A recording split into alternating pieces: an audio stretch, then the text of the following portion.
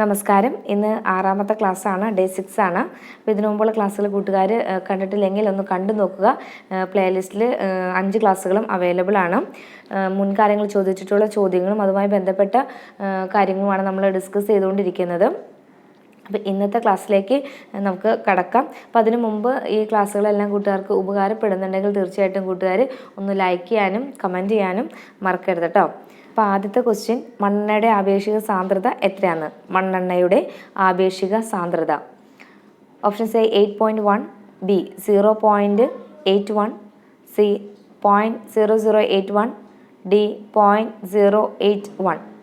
ഏതായിരിക്കും ആൻസർ? മണ്ണെണ്ണയുടെ ആപേക്ഷിക സാന്ദ്രത. ആൻസർ ബി ആണ്, 0.81. അപ്പോൾ നമുക്കിനി ആപേക്ഷിക സാന്ദ്രത അഥവാ റിലേറ്റീവ് ഡെൻസിറ്റിനെ കുറിച്ചിട്ട് കുറച്ച് കാര്യങ്ങളൊന്ന് പഠിച്ചു വയ്ക്കാം.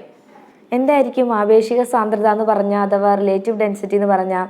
അതായത് വസ്തുവിൻ്റെ സാന്ദ്രതയും ജലത്തിൻ്റെ സാന്ദ്രതയും ബന്ധിപ്പിക്കുന്ന അനുപാത സംഖ്യയാണ് നമ്മൾ എന്ന് വിളിക്കുന്നത് ആപേക്ഷിക സാന്ദ്രത എന്ന് വിളിക്കുന്നത്. എന്താണ് ആപേക്ഷിക സാന്ദ്രത എന്ന് പറഞ്ഞു കഴിഞ്ഞാൽ?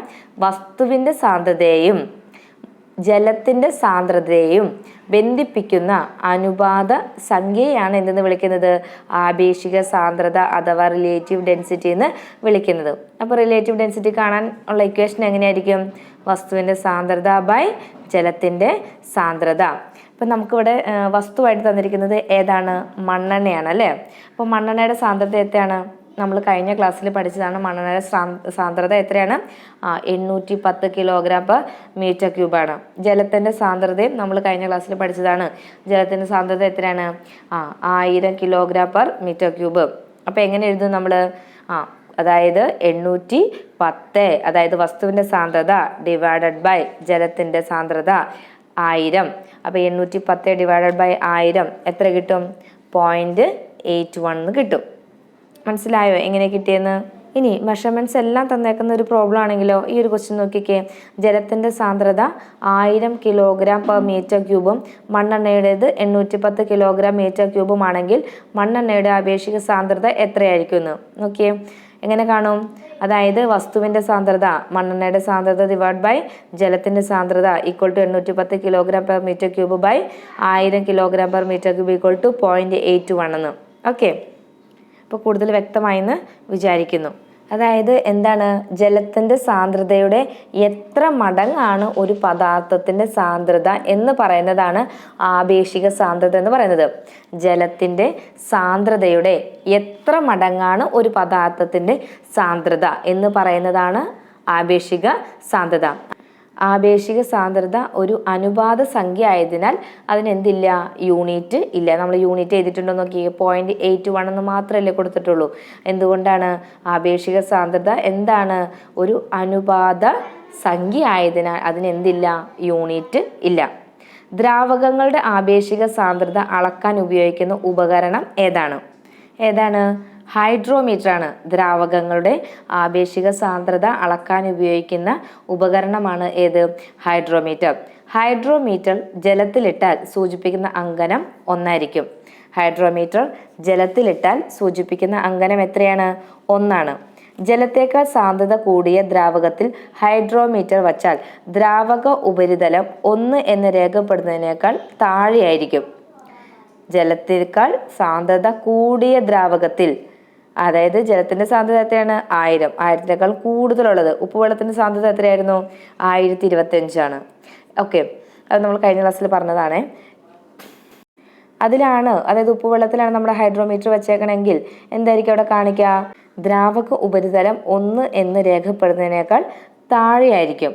ജലത്തേക്കാൾ സാന്ദ്രത കൂടിയ ദ്രാവകങ്ങളിൽ ഹൈഡ്രോമീറ്റർ കൂടുതൽ താഴുകയില്ല. എന്നാൽ ജലത്തേക്കാൾ സാന്ദ്രത കുറഞ്ഞ ദ്രാവകങ്ങളിൽ ഹൈഡ്രോമീറ്റർ കൂടുതൽ താഴ്ന്നു നിൽക്കും. മനസ്സിലായോ എന്താണെന്ന്?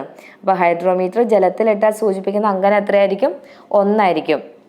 ഇനി സാന്ദ്രത കൂടിയ ദ്രാവകത്തിലാണ്, ജലത്തേക്കാൾ സാന്ദ്രത കൂടിയ ദ്രാവകത്തിലാണ്, അതായത് ഉപ്പുവെള്ളത്തിലൊക്കെയാണ് ഇട്ട് വെച്ചേക്കണമെങ്കിൽ ഹൈഡ്രോമീറ്ററിൻ്റെ ദ്രാവക ഉപരിതലത്തിന് 1 എന്ന് രേഖപ്പെടുത്തുന്നതിനേക്കാൾ താഴെ വരും. ജലത്തേക്കാൾ സാന്ദ്രത കുറഞ്ഞ ദ്രാവകങ്ങളിലാണെങ്കിൽ ഹൈഡ്രോമീറ്റർ കൂടുതലായിട്ട് താഴ്ന്നു നിൽക്കും. ഓക്കെ, ഇനി പാലിൻ്റെ ആപേക്ഷിക സാന്ദ്രത അളക്കുന്നതിനുള്ള ഉപകരണം ഏതാണ്? ലാക്ടോമീറ്റർ ആണ്. പാലിൻ്റെ ആപേക്ഷിക സാന്ദ്രത അളക്കുന്നതിനുള്ള ഉപകരണം ലാക്ടോമീറ്റർ. പാലിൽ ജലം ചേർത്തിട്ടുണ്ടോ എന്ന് പരിശോധിക്കാനുള്ള ഉപകരണം ഏത് തന്നെയാണ്? ലാക്ടോമീറ്റർ ആണ്. അപ്പോൾ നമ്മൾ നേരത്തെ പറഞ്ഞു അല്ലേ, ഹൈഡ്രോമീറ്റർ ആണ് ആപേക്ഷിക സാന്ദ്രത, ദ്രാവകങ്ങളുടെ ആപേക്ഷിക സാന്ദ്രത അളക്കാൻ ഉപയോഗിക്കുന്ന ഉപകരണം എന്ന് പറഞ്ഞു. ജലത്തെക്കാളും സാന്ദ്രത കൂടിയ ദ്രാവകങ്ങളിലാണെങ്കിൽ ഹൈഡ്രോമീറ്റർ 1 തൊട്ട് താഴെ നിൽക്കുമെന്ന് പറഞ്ഞു. ഇനി ജലത്തേക്കാൾ സാന്ദ്രത കുറഞ്ഞതിലാണെങ്കിൽ ഹൈഡ്രോമീറ്റർ കുറച്ചുകൂടി കൂടുതലായിട്ട് താഴെ നിൽക്കുമെന്ന് പറഞ്ഞു. അപ്പം ജലത്തേക്കാൾ സാന്ദ്രത കൂടിയ വസ്തുക്കൾ ഏതൊക്കെയാണ്, അല്ലെങ്കിൽ കൂടിയ ദ്രാവകങ്ങൾ ഏതൊക്കെയാണെന്നൊന്ന് ഓർത്തിരിക്കാം. ഏതൊക്കെയാണ്? തേൻ, ഗ്ലിസറിൻ, പഞ്ചസാരപ്പാനി, ഉരുകിയ ശർക്കര, മെർക്കുറി അഥവാ രസം. ഏതൊക്കെയാണ് ജലത്തേക്കാൾ സാന്ദ്രത കൂടിയത്? നമ്മൾ നേരത്തെ ഒരു എക്സാമ്പിൾ പറഞ്ഞു, ഉപ്പുവെള്ളം എന്ന് പറഞ്ഞു. അപ്പോൾ ജലത്തേക്കാൾ സാന്ദ്രത കൂടിയത് മറ്റ് ദ്രാവകങ്ങൾ ഏതൊക്കെയാണ്? തേൻ, ഗ്ലിസറിൻ, പഞ്ചസാരപ്പാനി, ഉരുക്കിയ ശർക്കര, മെർക്കുറി. ജലത്തേക്കാൾ സാന്ദ്രത കുറഞ്ഞത് ഏതൊക്കെയാണ്? മണ്ണെണ്ണ ഇപ്പോൾ നമ്മൾ പറഞ്ഞാണ് 810 കിലോഗ്രാം പെർ മീറ്റർ ക്യൂബാന്ന് പറഞ്ഞു. പിന്നെ ഏതൊക്കെയാണ്? പെട്രോൾ, ഡീസൽ, വെളിച്ചെണ്ണ, നല്ലെണ്ണ, നെയ്യ്. ഇത്രയും ഏതാണ്? ജലത്തേക്കാൾ സാന്ദ്രത കുറഞ്ഞതാണ്. ഓർത്തിരിക്കാലോ. ജലത്തേക്കാൾ സാന്ദ്രത കൂടിയത് ഏതാണ്? കുറച്ചുകൂടി ഇതായിട്ടുള്ളത് തേൻ, ഗ്ലിസറിൻ, പഞ്ചസാരപ്പാനി, ഉരുക്കിയ ശർക്കര, മെർക്കുറി. കുറഞ്ഞത് മണ്ണെണ്ണ, പെട്രോൾ, ഡീസൽ, വെളിച്ചെണ്ണ, നല്ലെണ്ണ, നെയ്യ്. ഇത്രയും കാര്യങ്ങൾ. ഓക്കെ, ഇനി ഒരു ക്വസ്റ്റ്യൻ കൂടി നോക്കാം. വെളിച്ചെണ്ണയുടെ ആപേക്ഷിക സാന്ദ്രത എത്ര? അപ്പോൾ വെളിച്ചെണ്ണയുടെ സാന്ദ്രത തന്നിട്ടുണ്ട്, 920 കിലോഗ്രാം പെർ മീറ്റർ ക്യൂബാണ്. എങ്കിൽ എങ്ങനെ കണ്ടുപിടിക്കും നമ്മൾ വെളിച്ചെണ്ണയുടെ ആപേക്ഷിക സാന്ദ്രത? നമുക്കറിയാലോ, ഇക്വേഷൻ എന്താണ്? വസ്തുവിൻ്റെ സാന്ദ്രത ഡിവൈഡഡ് ബൈ ജലത്തിൻ്റെ സാന്ദ്രത. വസ്തുവിൻ്റെ സാന്ദ്രത എത്രയാണ്? 920. അതായത് നമുക്ക് തന്നിട്ടുണ്ട് വെളിച്ചെണ്ണയാണ്. വെളിച്ചെണ്ണയുടെ സാന്ദ്രത ഡിവൈഡഡ് ബൈ ജലത്തിൻ്റെ സാന്ദ്രത. ജലത്തിൻ്റെ സാന്ദ്രത എത്രയാണ്? 1000 ആണ്. അപ്പം എങ്ങനെ എഴുതും? 920 kilogram per metre cube divided by 1000 kilogram per metre cube. എന്തായിരിക്കും ആൻസർ? 0.92. ഇത് ആപേക്ഷിക സാന്ദ്രതയ്ക്ക് ഒരു അനുപാത സംഖ്യ ആയതുകൊണ്ട് എന്തില്ല? യൂണിറ്റ് ഇല്ല. ഓക്കെ, അപ്പോൾ നമ്മൾ ആപേക്ഷിക സാന്ദ്രതയുടെ ഇക്വേഷൻ പഠിച്ചു അല്ലേ? അപ്പോൾ സാന്ദ്രതയുടെ ഇക്വേഷനും കൂടി ജസ്റ്റ് ഒന്ന് ഓർമ്മപ്പെടുത്തുന്നുള്ളൂ. സാന്ദ്രതയുടെ കാണാനുള്ള ഇക്വേഷൻ ഏതാണ്?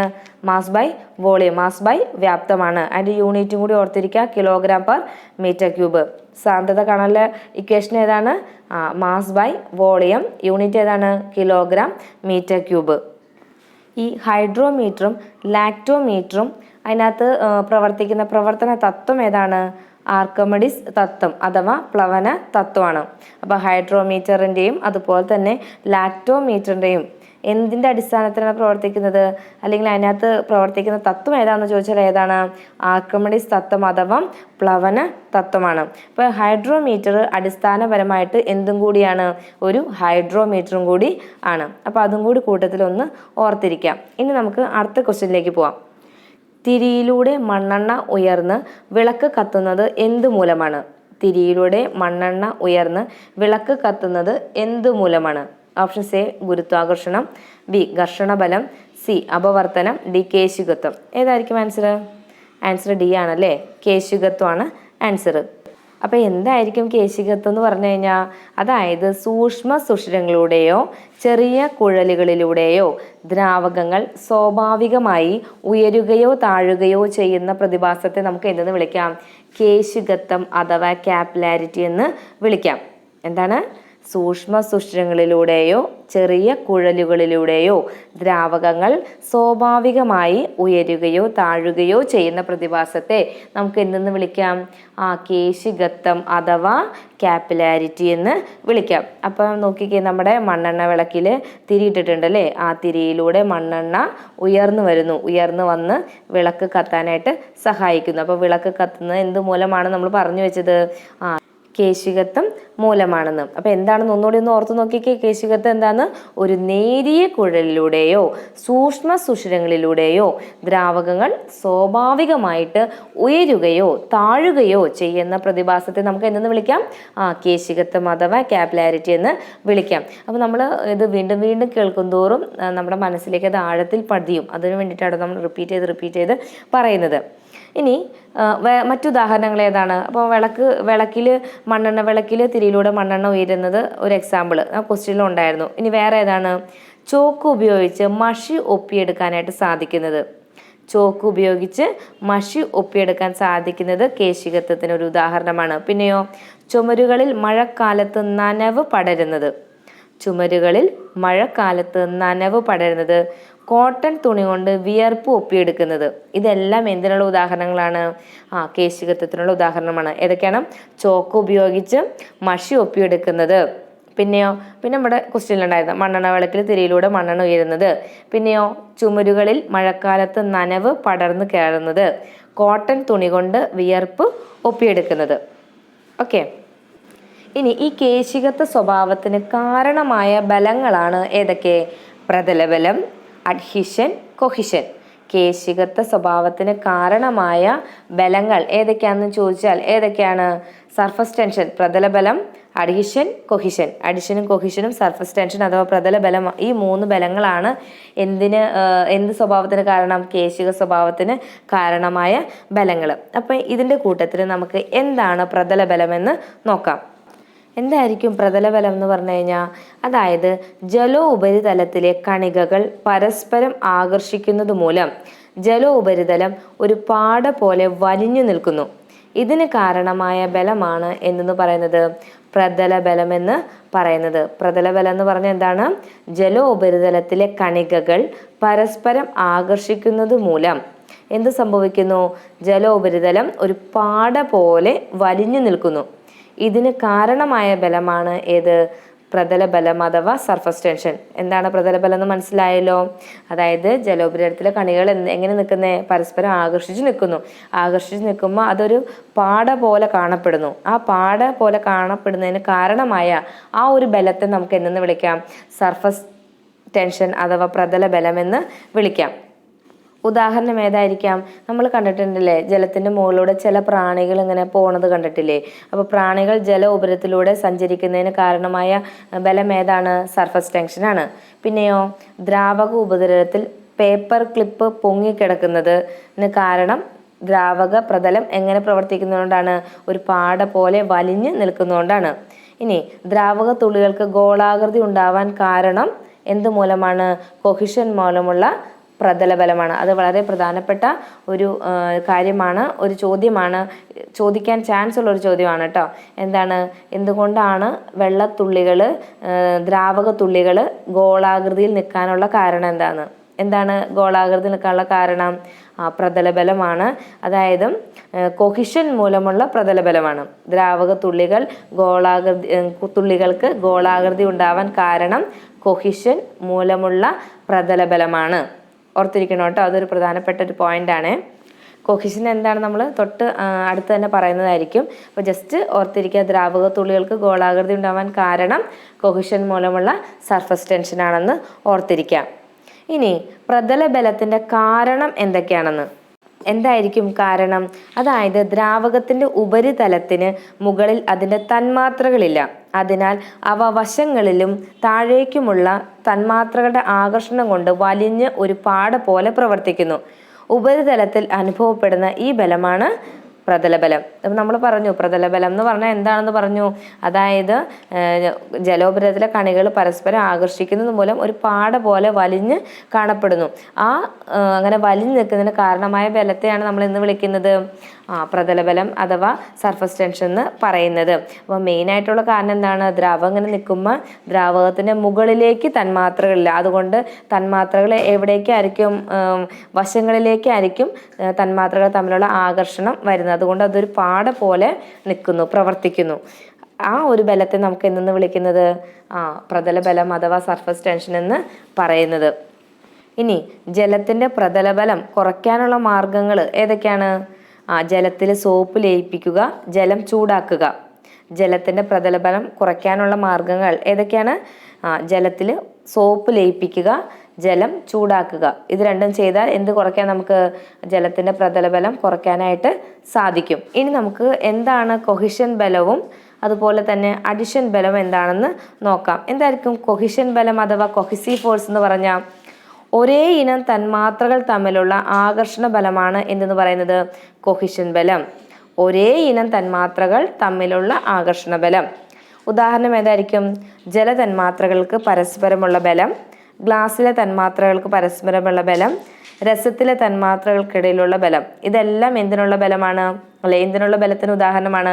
കൊഹിഷൻ ബലം അഥവാ കൊഹസീവ് ഫോഴ്സിന് ഉദാഹരണമാണ്. അവിടെ എന്താണ് തന്മാത്രകൾ? ഒരേ ഇനം തന്മാത്രകൾ തമ്മിലുള്ള ആകർഷണമായിരിക്കും.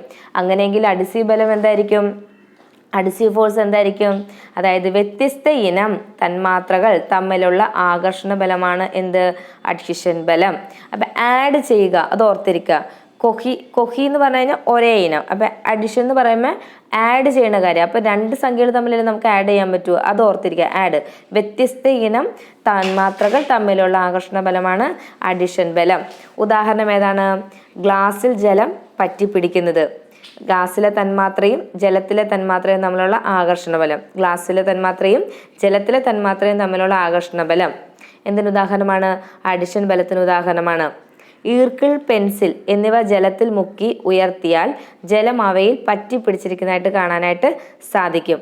പിന്നെയോ, ബ്ലാക്ക് ബോർഡിലെ തന്മാത്രയും ചോക്കിലെ തന്മാത്രയും തമ്മിലുള്ള ആകർഷണം കാരണം ചോക്ക് ഉപയോഗിച്ച് ബ്ലാക്ക് ബോർഡിൽ എഴുതാൻ കഴിയുന്നു.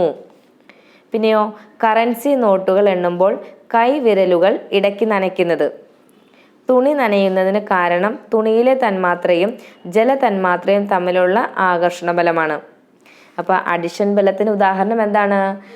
ഒന്നാമത്തെ ഉദാഹരണം നമ്മൾ പറഞ്ഞതാണ്, ഗ്ലാസ്സിൽ ജലം പറ്റിപ്പിടിച്ചിരിക്കുന്നത്. പിന്നെയോ, ഈർക്കിളും പെൻസിലും അതൊക്കെ നമ്മൾ വെള്ളത്തിലൊന്ന് മുക്കിയിട്ടൊന്ന് പൊക്കി പിടിക്കുമ്പോൾ ആ ഈർക്കിളിലും പെൻസിലൊക്കെ എന്താവും? ആ ജലത്തുള്ളികൾ ഇരിക്കുന്നതായിട്ട് കാണാൻ പറ്റും. പിന്നെ നമ്മൾ ബോർഡിൽ ചോക്ക് ഉപയോഗിച്ച് എഴുതുന്നത് എന്തിനുള്ള ഉദാഹരണമാണ്? അഡിഷൻ ബലത്തിന് ഉദാഹരണമാണ്. പിന്നെ നോട്ടുകൾ എണ്ണുമ്പോൾ നമ്മൾ കൈവിരലുകൾ ഇടയ്ക്കിടയ്ക്ക് നനയ്ക്കുന്നു അല്ലേ? ആ നനയ്ക്കുന്നതും എന്തിനുള്ള ഉദാഹരണമാണ്? അഡിഷൻ ബലത്തിന് ഉദാഹരണമാണ്. പിന്നെയോ, തുണി നനയുന്നതിന് കാരണം തുണിയിലെ തന്മാത്രയും ജലതന്മാത്രയും തമ്മിലുള്ള ആകർഷണം. അപ്പോൾ തുണി നനയ്ക്കുന്നതും എന്തിനുള്ള ഉദാഹരണമാണ്? അഡിഷൻ ബലത്തിന് ഉദാഹരണമാണ്. കൊഹിഷൻ ബലത്തിന് ഉദാഹരണം ഏതൊക്കെയായിരുന്നു?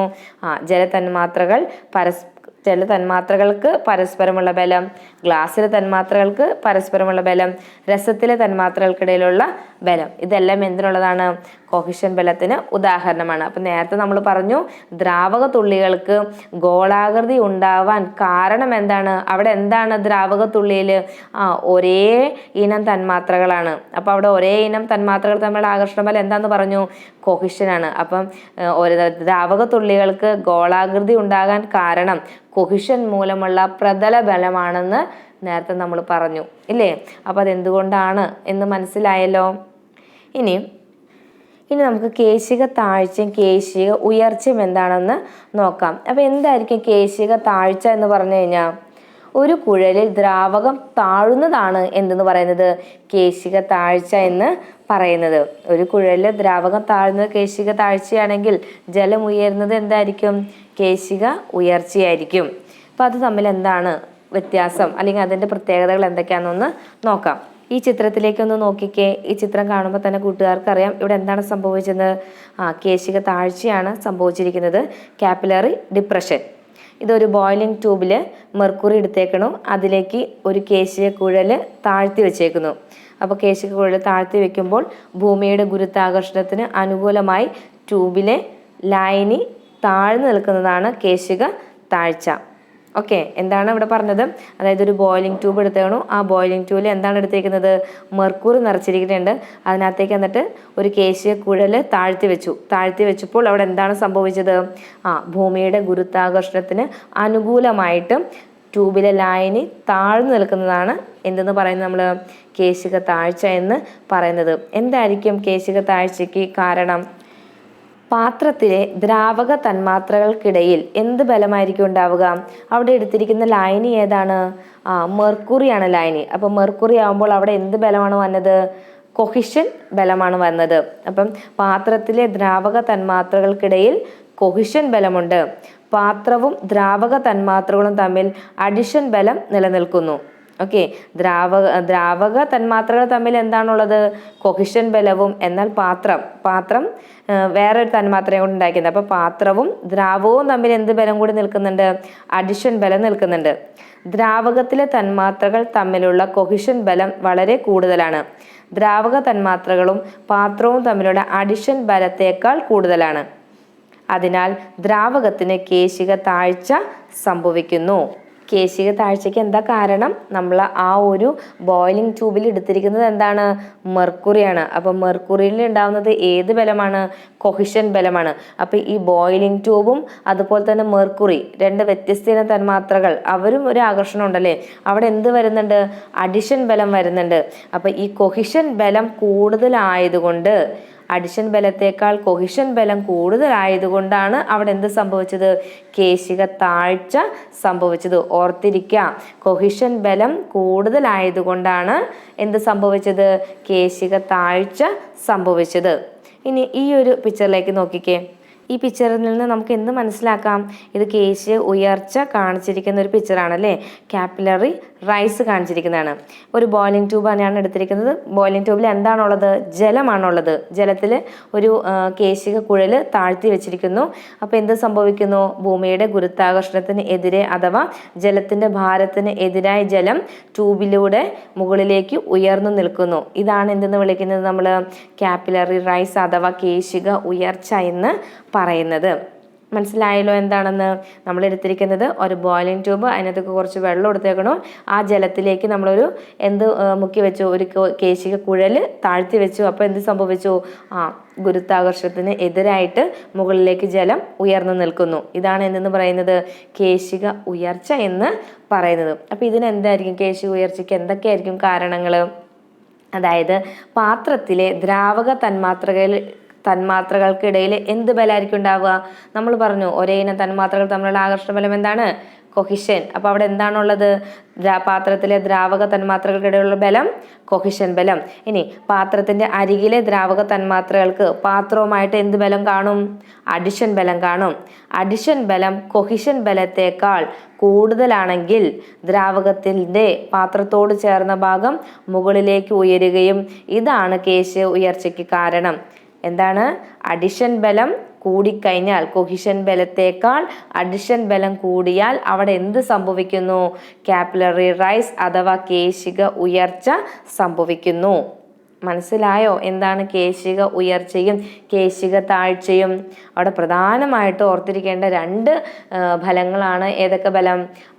കൊഹിഷൻ ബലവും അഡിഷൻ ബലവും. അഡിഷൻ ബലം കൂടിയാൽ എന്ത് സംഭവിക്കുന്നു? കേശിക ഉയർച്ച സംഭവിക്കുന്നു.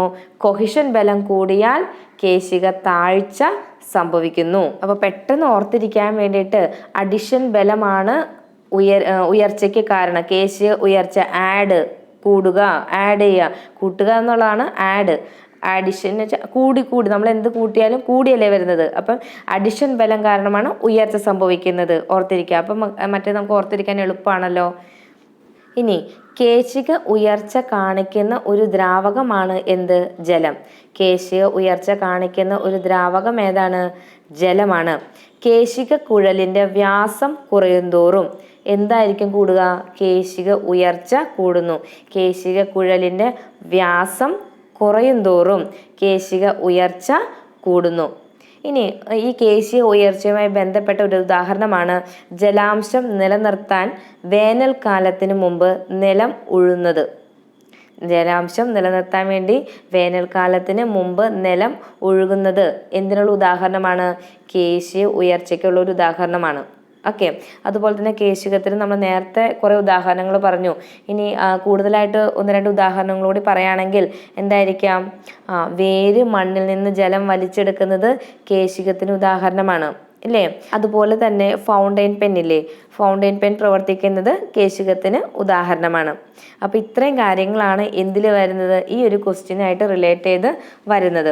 എന്തൊക്കെ കാര്യങ്ങൾ നമ്മൾ നോക്കി? എന്താണ് കേശികത്വം എന്ന്? കേശികത്വം എന്ന് പറഞ്ഞാൽ എന്താണ്? ഒരു സൂക്ഷ്മ സുഷിരങ്ങളിലൂടെയോ ചെറിയ കുഴലുകളിലൂടെയോ ദ്രാവകങ്ങൾ സ്വാഭാവികമായിട്ട് ഉയരുകയോ താഴുകയോ ചെയ്യുന്നതിന് നമ്മൾ എന്ന് വിളിക്കുന്നു? കേശികത്വം എന്ന് പറയുന്നു. ഉയരുന്നതിന് നമ്മൾ എന്ന് വിളിക്കുന്നു? കേശിക ഉയർച്ച എന്ന് പറയുന്നു. താഴ്ന്നതിന് എന്തെന്ന് വിളിക്കുന്നു? ദ്രാവകം താഴ്ന്നാണ് നിൽക്കുന്നതെങ്കിൽ നമ്മൾ എന്ന് വിളിക്കും? കേശിക താഴ്ച എന്ന് വിളിക്കുന്നു. കേശിക ഉയർച്ചയാണെങ്കിൽ അവിടെ എന്തായിരിക്കും കൂടുതൽ? അഡിഷൻ ബലം കൂടുതലായിരിക്കും. കേശിക താഴ്ചയാണെങ്കിൽ കൊഹിഷൻ ബലം കൂടുതലായിരിക്കും. ഇനി ഈ പിന്നെ അവിടെ എന്താണ് വേറെ പറഞ്ഞത്? ഈ കേശികത്വ സ്വഭാവത്തിന് കാരണമായ ബലങ്ങൾ ഏതൊക്കെയാന്ന് പറഞ്ഞു? സർഫസ് ടെൻഷൻ അഥവാ പ്രതല ബലം, അഡിഷൻ, കൊഹിഷൻ, ഈ 3 ബലങ്ങളാണ് ഈ കേശികത്തിന് കാരണമെന്ന് പറഞ്ഞു. സർഫസ് ടെൻഷൻ അഥവാ പ്രതലബലം എന്താന്ന് പറഞ്ഞു? ജല ഉപരിതലം ഒരു പാട പോലെ കാണപ്പെടുന്നു, ഒരു പാട പോലെ വലിഞ്ഞു നിൽക്കുന്നതിന് കാരണമായ ബലമാണ് പ്രതലബലം. പ്രാണികളൊക്കെ മുകളിലൂടെ നടക്കുന്നത്, പിന്നെ ബ്ലേഡ് വെള്ളത്തിന് മുകളിൽ ഇടുന്നത്, ഇതെല്ലാം എന്തിനുള്ള ഉദാഹരണമാണ്? സർഫസ് ടെൻഷൻ അഥവാ പ്രതലബലത്തിനുള്ള ഉദാഹരണമാണ്. ഈ മഴത്തുള്ളികൾ ഗോളാകൃതിയായിട്ട് കാണാൻ കാരണം പ്രതലബലമാണ്. അവിടെയുള്ള ഫോഴ്സ് ഏതാണ്? കൊഹിഷൻ ബലമാണ്. അഡിഷൻ ബലം എന്ന് പറഞ്ഞാൽ എന്താണ്? വ്യത്യസ്ത ഇനം തന്മാത്രകൾ തമ്മിലുള്ള ആകർഷണ ബലമാണ്. കൊഹിഷൻ എന്ന് പറഞ്ഞാലോ ഒരേ ഇനം തന്മാത്രകൾ തമ്മിലുള്ള ആകർഷണ ബലമാണ്. തുടങ്ങിയ കാര്യങ്ങളാണ് നമ്മൾ ഇതിൽ പറഞ്ഞത്. പിന്നെ ഒരു കാര്യം കൂടി പറഞ്ഞു, എന്താണ്? പ്രതല ബലം കുറയ്ക്കാൻ വേണ്ടിയിട്ട് എന്ത് ചെയ്യണം? ജലത്തിൽ സോപ്പ് ലയിപ്പിക്കുകയോ അല്ലെങ്കിൽ ജലം ചൂടാക്കുകയോ ചെയ്താൽ നമുക്ക് എന്ത് കുറയ്ക്കാനായിട്ട് പറ്റും? പ്രതല ബലം കുറയ്ക്കാനും സാധിക്കും. ഇത്രയും കാര്യങ്ങളാണ് ഈ ഒരു ക്വസ്റ്റ്യനിൽ വന്നത്. ഇനി നമുക്ക് അടുത്ത ഒരു ചോദ്യത്തിലേക്ക് പോകാം. അടുത്ത ക്വസ്റ്റ്യനാണ്, ചലിച്ചുകൊണ്ടിരിക്കുന്ന ഒരു വസ്തുവിന് നേർരേഖ സമചലനത്തിൽ തുടരുന്നതിന് എന്ത് ആവശ്യമില്ല? ചലിച്ചുകൊണ്ടിരിക്കുന്ന ഒരു വസ്തുവിന് നേർരേഖ സമചലനത്തിൽ തുടരുന്നതിന് എന്താവശ്യമില്ല? ഓപ്ഷൻസ്: എ അസന്തുലിത ബാഹ്യബലം, ബി സന്തുലിത ബാഹ്യബലം, സി അസന്തുലിത ആന്തരിക ബലം, ഡി സന്തുലിത ആന്തരിക ബലം. ആൻസർ ഏതായിരിക്കും? ആൻസർ എ ആണ്, അസന്തുലിത ബാഹ്യബലം. ഏതാണ്? അസന്തുലിത ബാഹ്യബലം. ഒരു വസ്തുവിനെ നമുക്ക് ഒരു സ്ഥലത്ത് നിന്ന് മറ്റൊരു സ്ഥലത്തേക്ക് മാറ്റണമെങ്കിൽ എന്ത് ചെയ്യണം? ഒന്നെങ്കിൽ തള്ളണം അല്ലെങ്കിൽ വലിക്കണം. അപ്പോൾ അവിടെ എന്ത് കൊടുക്കുന്നുണ്ട്? നമ്മുടെ ഒരു ബലം കൊടുക്കുന്നുണ്ട് അല്ലേ? ബലം അഥവാ ഫോഴ്സ് കൊടുക്കുന്നുണ്ട്. ഒരു വസ്തുവിനെ തള്ളുകയോ വലിക്കുകയോ ചെയ്യുമ്പോൾ അതിലെന്ത് പ്രയോഗിക്കപ്പെടുന്നുണ്ട്? ബലം അഥവാ ഫോഴ്സ് പ്രയോഗിക്കപ്പെടുന്നുണ്ട്. അങ്ങനെയെങ്കിൽ ഫോഴ്സിൻ്റെ യൂണിറ്റ് ഏതായിരിക്കും? ഫോഴ്സിൻ്റെ യൂണിറ്റ് ന്യൂട്ടൺ ആണ് അല്ലേ? ബലത്തിൻ്റെ യൂണിറ്റ് ഏതാണ്? ന്യൂട്ടൺ. ബലം എന്നത് എന്തെന്ന് പറയാം നമുക്ക്? ഒരു തള്ളൽ അല്ലെങ്കിൽ ഒരു വലിക്കൽ എന്ന് പറയാം.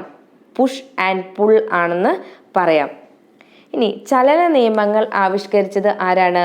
സർ ഐസക് ന്യൂട്ടൺ ആണ്. ചലന നിയമങ്ങളും ഗുരുത്വാകർഷണ നിയമവും ആരാണ് കണ്ടുപിടിച്ചത്?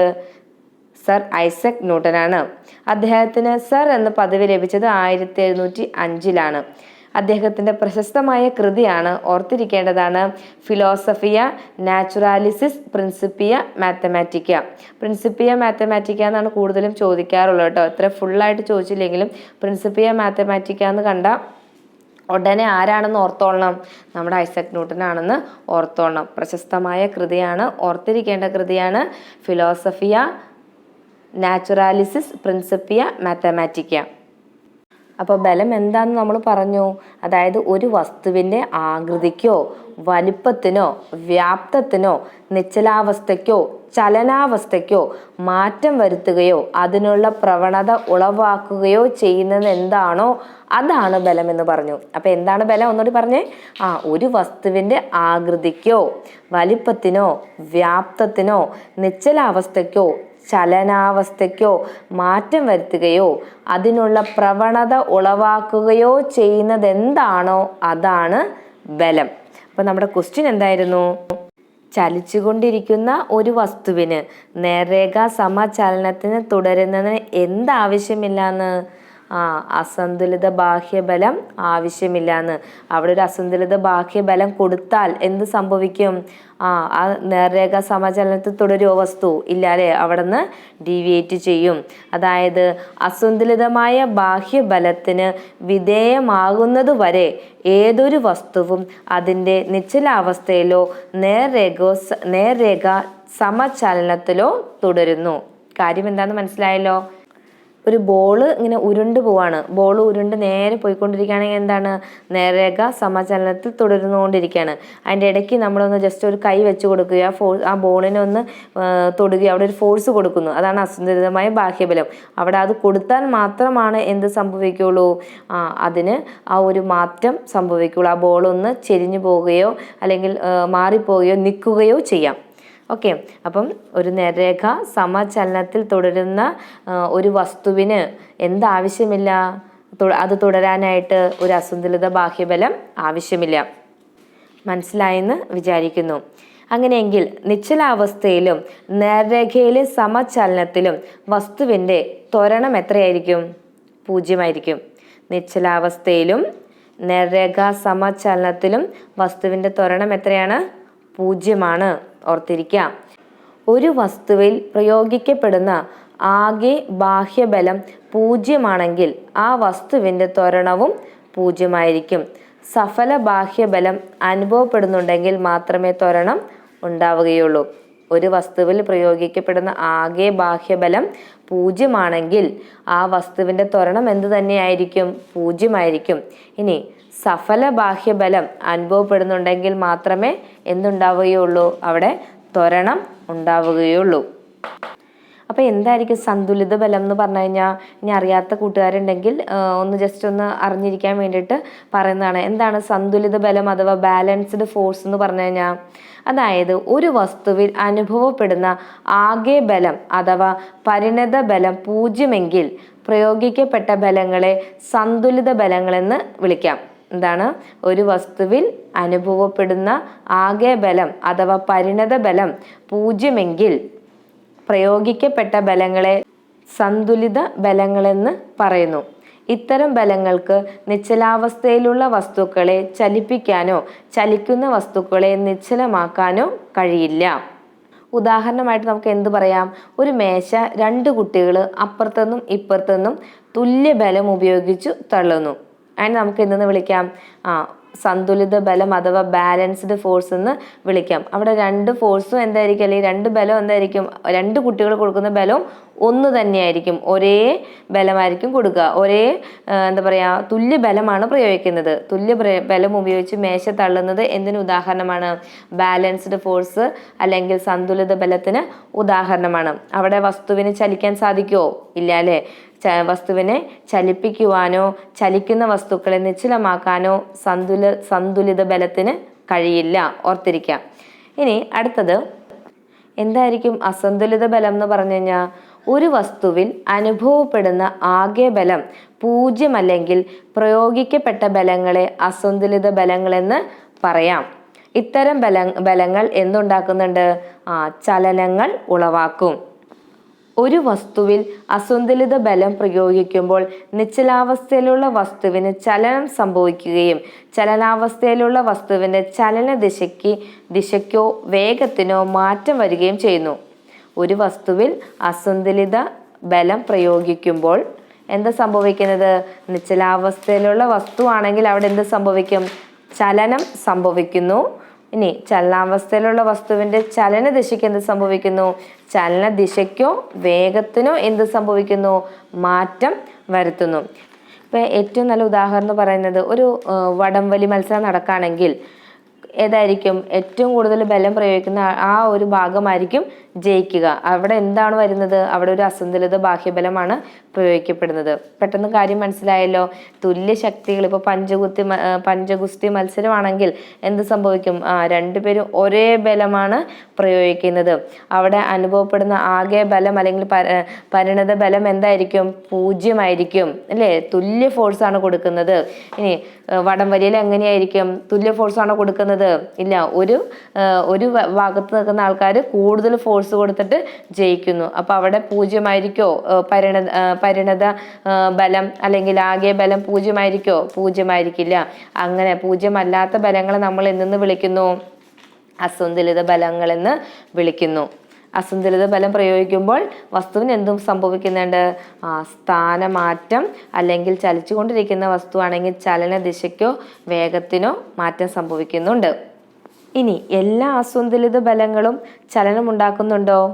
ഇല്ല അല്ലേ? എല്ലാ അസന്തുലിത ബലങ്ങളും ചലനമുണ്ടാക്കുന്നില്ല. ബലം വസ്തുവിനകത്താണെങ്കിൽ ചലനമുണ്ടാക്കാൻ കഴിയില്ല. ബലം വസ്തുവിന് അകത്താണെങ്കിൽ ചലനമുണ്ടാക്കാൻ കഴിയില്ല. ആന്തരിക ബലം ചലനം ഉളവാക്കുന്നില്ല. ആന്തരിക ബലം ചലനം ഉളവാക്കുന്നില്ല. ബാഹ്യബലം ചലനം ഉളവാക്കുന്നു. ഒരു വാഹനത്തിനുള്ളിൽ നിന്നുകൊണ്ട് ആ വാഹനത്തെ തള്ളി നീക്കാൻ ശ്രമിച്ചാൽ വാഹനത്തിന് എന്ത് സംഭവിക്കില്ല? ചലിക്കില്ല. ഒരു വാഹനത്തിൻ്റെ ഉള്ളിൽ നിന്നുകൊണ്ട് തന്നെ ആ വാഹനത്തെ തള്ളി നീക്കാൻ ശ്രമിച്ചാൽ ആ വാഹനം ചലിക്കോ? ചലിക്കില്ല. കസേരയിൽ ഇരുന്നു കൊണ്ട് മുകളിലേക്ക് ബലം പ്രയോഗിച്ചാൽ കസേര ഉയർത്താൻ സാധിക്കില്ല. കസേരയിൽ ഇരുന്നു കൊണ്ട് മുകളിലേക്ക് ഒരു ബലം പ്രയോഗിച്ചാൽ കസേര ഉയർത്താനായിട്ട് സാധിക്കുമോ? ഇല്ല അല്ലേ? ഇതിൽ നിന്ന് എന്തു മനസ്സിലാക്കാം? എല്ലാ അസന്തുലിത ബലങ്ങളും ചലനമുണ്ടാക്കുന്നില്ല എന്നുള്ളൊരു കാര്യം നമുക്ക് ഇതിൽ നിന്ന് മനസ്സിലാക്കാനായിട്ട് സാധിക്കും. അപ്പം ഈ ഒരു ക്വസ്റ്റ്യനിൽ നിന്ന് നമുക്ക് നമ്മൾ എന്താണ് പഠിച്ചത്? അതായത് ഐസക് ന്യൂട്ടനെ കുറിച്ച് പറഞ്ഞു അല്ലേ? ചലന നിയമവും ഗുരുത്വാകർഷണ നിയമവും ആരാണ് കൊണ്ടുവന്നത്? ഐസക് ന്യൂട്ടനാണ്. അദ്ദേഹത്തിൻ്റെ പ്രശസ്തമായ കൃതി ഏതാണ്? Principia Mathematica. പിന്നെ നമ്മൾ എന്താണ് പറഞ്ഞത്? എന്താണ് സന്തുലിത ബലമെന്നും അസന്തുലിത ബലം എന്താണ്? Balanced force and unbalanced force. അപ്പോൾ ഇന്നത്തെ ക്ലാസ് ഇത്രേ ഉള്ളൂ കേട്ടോ. അപ്പോൾ ഇന്നത്തെ ക്ലാസ് കൂട്ടുകാർക്ക് ഉപകാരപ്രദമായെന്ന് വിചാരിക്കുന്നു. ഇനി അടുത്ത ക്ലാസ്സിൽ കാണാം. ഉപകാരപ്രദമായെങ്കിൽ തീർച്ചയായിട്ടും ലൈക്ക് ചെയ്യാനും കമൻറ്റ് ചെയ്യാനും മറക്കരുത്. Okay, thanks for watching.